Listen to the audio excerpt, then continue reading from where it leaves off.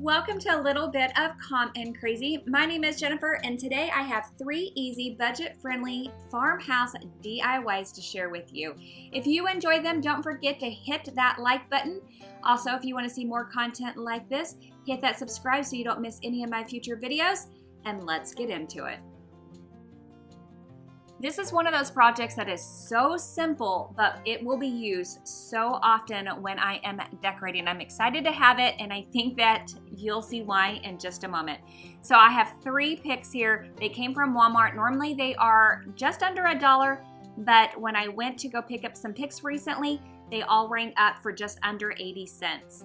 Now these are lavender. I am used to lavender being purple, so I was actually really surprised to see that these were green, just so that you know, but I love these. They're super wispy and perfect for this project. You will also need something round. This is just a little wooden round disc that I painted green using Waverly's chalk paint and fern, but anything round will do. You could even cut up a piece of cardboard. Using wire cutters, you want to go ahead and separate the tops of the picks from that really thick base of the pick, and you want to do it right there at the base and try to leave your picks as long as possible, still just getting rid of that really thick part of that base. There will be some more snipping in a minute, but that is just the beginning of your snipping. Now I'm taking my picks and I'm just bending them so that they can, just so that the little, about 1 inch of them will be on that base. And then I'm using my glue gun and attaching glue to that part that will be attached to the base. I am gonna do this so that I will attach one part and then go opposite of that, and then basically I'm gonna do all 4 corners, as you can see. You know, think of like a rose compass. And then I'm gonna fill in between. So I'm gonna do 4 first, and then I'm gonna fill in those blank spots. So I'm doing all the outside edges first. And this is one reason why you paint it green, so that if you have any blank spots that you don't completely cover, it doesn't matter, it's green. It will be hidden later. You don't want this to be like hot pink underneath. That wouldn't, you know, that might not look so good. Now that you've done the outside, you actually do need to trim up your picks and make them a little bit smaller, and you're gonna fill in that center. And you're working from the very center and then kind of filling in all those sparse areas. I'm actually using the Surebonder USB cordless glue gun. This thing is fantastic if you remember to charge it. Now, that is a key point. You have to remember to charge it, but then it stays like warm and hot. As you see here, I just leave it going for 75 minutes. I don't have to think about it. I love it. Another option, if you didn't know it, is they have like that where you can do the little bowl of hot glue that you can just dip in. I don't have that, but eventually I want that too. It's on my like little list of things.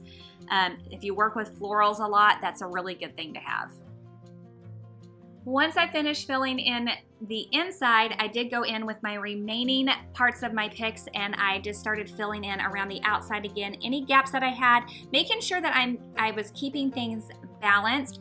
I absolutely love how this turned out because it gives me a bowl filler, but it is full, yet it has a low profile. I know that I will use this in decor so often, and I'm excited to use this. It will be a very well-used piece. There is a good chance that you already have everything you need in order to do this project on hand, and I absolutely love the outcome of this. So I have 5 different glass jars. They all came from Dollar Tree. Now, the one thing about all of these jars is that they all have a different texture on them. I really like that because what I'm gonna do is spray paint them, and when I do spray paint them, that texture will pop.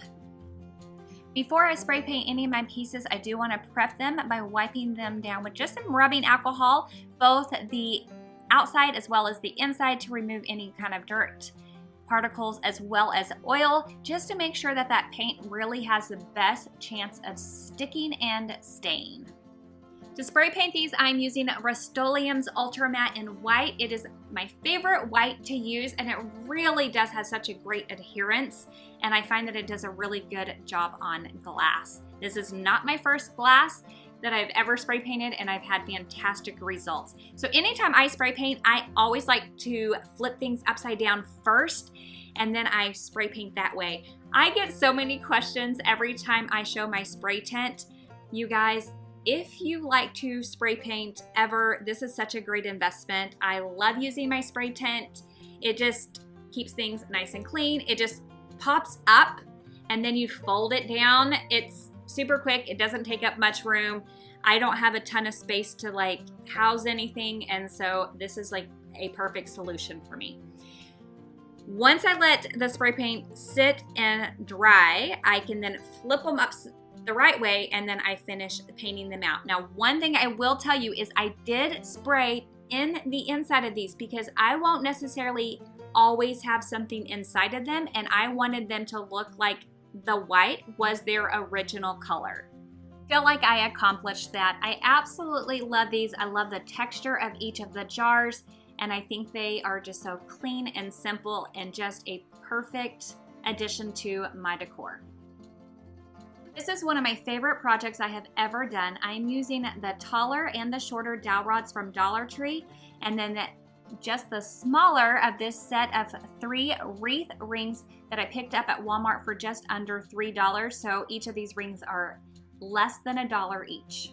Start off with, I use my miter shears in order to cut 1 inch off the 4 of the shorter dowel rods and 2 of the longer dowel rods. After that, I did go in with a fine grit sandpaper and I did sand the edges that I cut just to make sure they were nice and smooth.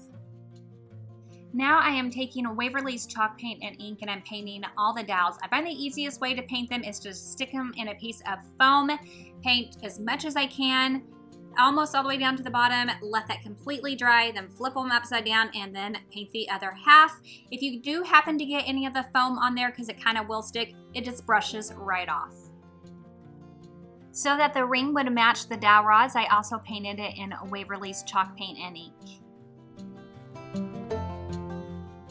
I'm trying a new paint, well, new to me. This is DIY paint. This color is in beadboard. It is a white paint, but is in it has like a blue base undertone to it that kind of makes it look like a pure white. I'm excited to be playing with new paints. I'm weird that way, but if you wanted to stick with Waverly's chalk paint and white, that's another fantastic white paint to use. Now I'm using beadboard because I have it left over. It measures 17.5 by 32. It was the perfect size for what I needed. But of course, if you already have something else lying around, if you wanted to take some Dollar Tree signs and attach them together, that would be another great idea for this project. I took some 1x2 and I cut it down to 17.5 inches in length. And then after that, I took some Waverly Wax and Antique and I'm doing a faux staining. I brush it on and then I wipe off the excess. After that, I go in with some wood glue and I glue it to the top and the bottom of the sign. Now you are absolutely welcome to go all the way around the sign and frame it out if you want to, but I felt like just doing the top and the bottom really gave it a little bit more of a modern, fresh look that I really liked, and that was the look that I was going for. This is when things are starting to really come together. I laid out my dowels in order to spell out the word home exactly where I needed them, making sure I had the spacing on both sides. And in order to keep my spacing where I need it from top and bottom, I'm actually going in with a 2x4 to give me the correct spacing from the top and my H and the bottom and my E. So make sure that you have something to help you with that spacing as well if you are recreating this sign. To attach the dowels down, I am using the gel super glue. I picked this up at Dollar Tree. You get 2, or depending on the time of year, you could get 3 in a pack. I will tell you, super glue and I have a love-hate relationship. I love how quick drying it is. I love how strong of a hold it is. I do not love how I glue my fingers together. I do not. I can't seem to not do that. I never seem to avoid not sticking all my fingers together. And so it is a good thing I'm explaining this to you and you don't actually hear the audio as I am doing this and trying not to say things I ought not to say as I continue to stick my fingers together. Oh, super glue. How can you be so good yet such a pain in the rear end? Now this is one of those signs where I really wanted to get it done right. I wanted to make sure that things were lining up right, and I really took my time to make sure I was doing that. I wanted things to be parallel. I wanted my lines to be straight, and I am measuring and I am eyeballing things, and I'm using the lines of the board in order to do that. So I started off with the H, then I have to lay down the O. After that, I go in with my M. In order to keep my M spaced out as far as everything else, I use the short ends of my E so that my M is the exact same spacing as the H and the E, and then I can get my E down. And you'll notice that I use a ruler in order to help me. I'm using the 2x4 in order to help me in order to get everything down. I will also tell you, I considered other glues in order to put this down, but I knew that I needed something that would be quick to dry. I also needed something that would have a strong hold no matter like what temperatures I used. I also wanted something that would not show its adhesive, that this would be super clean and neat in the end. And I was able to accomplish all of that by using the gel super glue, even though my fingers stuck together. So even with all the complications of sticky fingers, I honestly do feel it was the best choice of adhesive for this project. If you've ever gotten this far in a project and there's just tiny little things that you need to go in and fix up, I hope that you take the time to do it, because I feel like finishing off your projects is always something that is worthwhile.